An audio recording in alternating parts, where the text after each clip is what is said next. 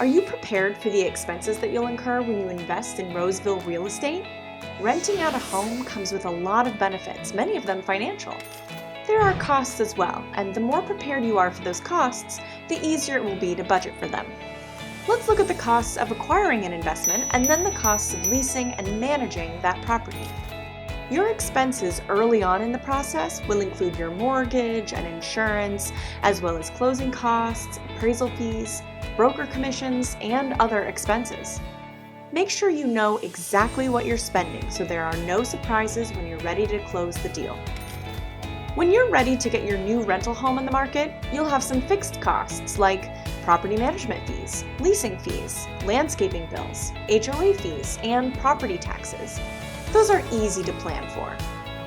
You'll also have to budget for variable expenses like vacancy, professional marketing and advertising, and any updates or improvements that may be necessary before you rent out your home. Maintenance is a huge expense for property owners. Decide how you'll budget for routine, preventative, and emergency repairs. Find good vendors. One of the best ways to budget for your rental property expenses is to partner with a Roseville property manager. We can help. Reach out to our professional and experienced team at Action Properties.